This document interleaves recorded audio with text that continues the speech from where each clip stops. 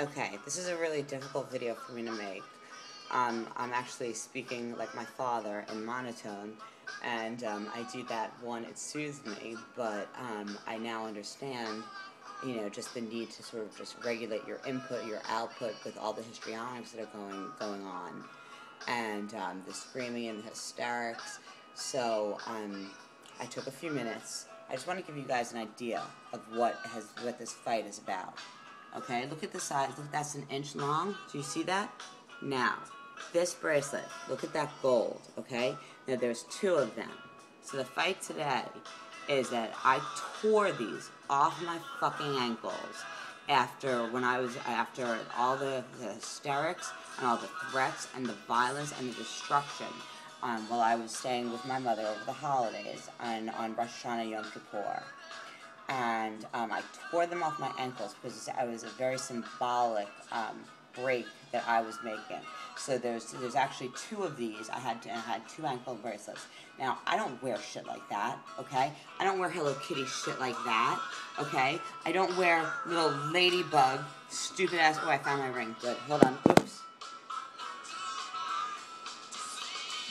I don't wear stupid little ladybug necklaces like that either. Okay? So stop sending me that shit. Alright? So, but there are people that I know who would appreciate it. Now, all of this stuff, oh, by the way, that was my birthday present, a copy of the key that says Princess. Look at that. It has fucking goddamn rhinestones in it. Do you see that shit? I can't give that to my neighbor in case of an emergency.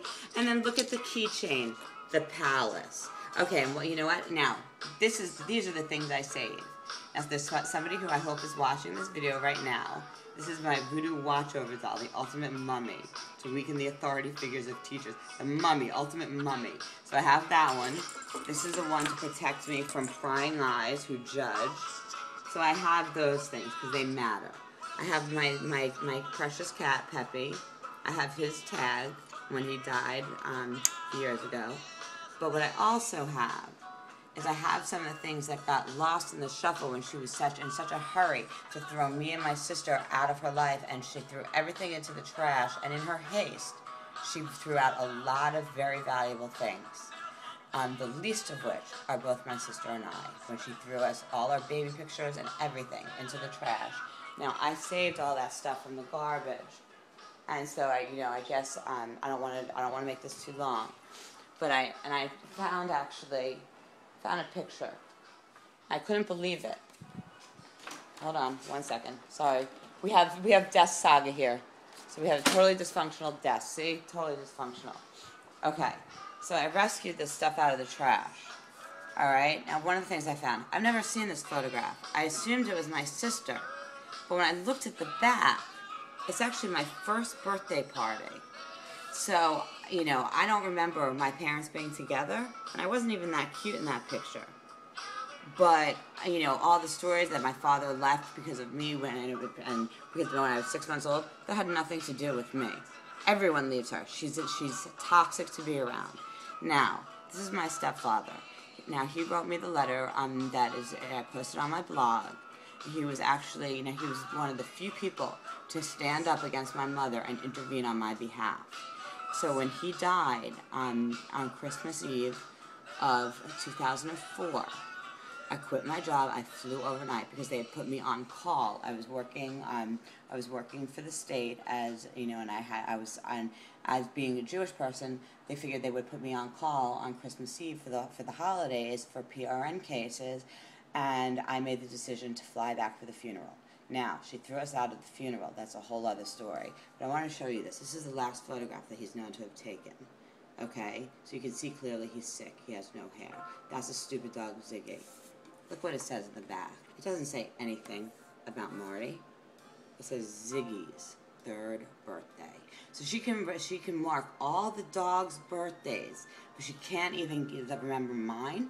And she makes a big deal how she got me a birthday present. I was actually trying to think. I can't remember the last time my mother sent me a birthday card or a birthday gift. It's got to be at least, there's no question it's at least 10 years or so.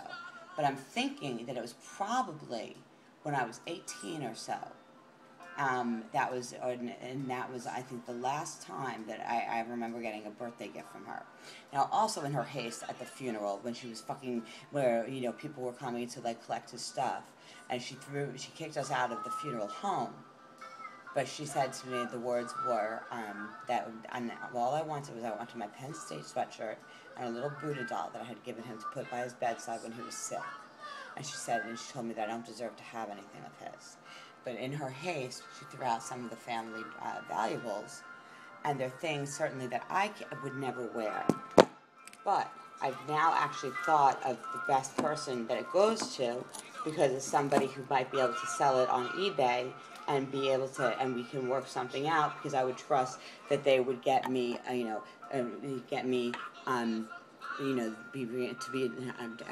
stuttering because it's embarrassing to say, but a gift card or a prepaid credit card, so that, since I don't drive, and since I don't have a way to get to the store, and since, and I think certainly that this family member would understand and would do right by me. And as someone who's equally needy, and in a situation, I think that we might be able to help each other. So now, the reason that I can't wear something like this, do you see, that I'm an aspen, I don't wear fucking silly crap like that. So I wrapped this stuff up. I was going to give it back to my mother, and so you notice there's two bracelets and 2 watches in each one, okay? One's for my sister. So there's 2 girls. I'm not the only child. There's also 2 boys, okay? So there's other people that are getting caught in line of fire. But I can't wear bracelets on my wrists that are not flexible, that get lost. I walk around barefoot in the same uniform for days on end, as long as it's comfortable. I don't give a crap if it's fucking Tiffany, or if it's Prada, or if it's very expensive. If it doesn't feel right against my skin, it doesn't feel right against my body, and it's impractical, I'm not gonna fucking wear it. Keep your money. Don't do me the favor. So anyway, so she threw all of this stuff out. And so I went and I rescued it from the trash, and I managed, and I shipped it back. I carried it to the airport, and it weighed, I had to pay extra money, but it was worth it. It was worth it.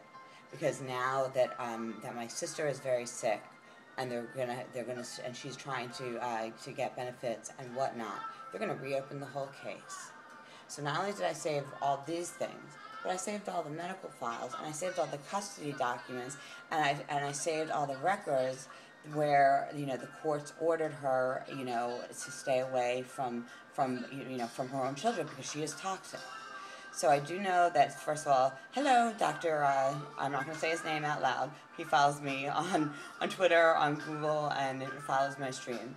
So there are people who are coming forward and can verify that this stuff is going on. So as crazy as you guys think that I am, to quote my sister, crazy doesn't even begin to cover it. So she says that this bracelet, if she could have sold it for hundreds of dollars, and because gold is very valuable, and she would have given me the money, the bitch can't even fucking be trusted with a can of cat food without returning it for money.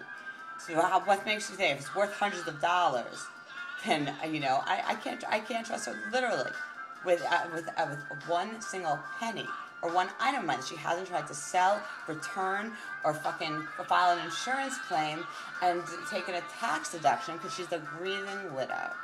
Alright, that's 8 minutes and 44 seconds. Enough said.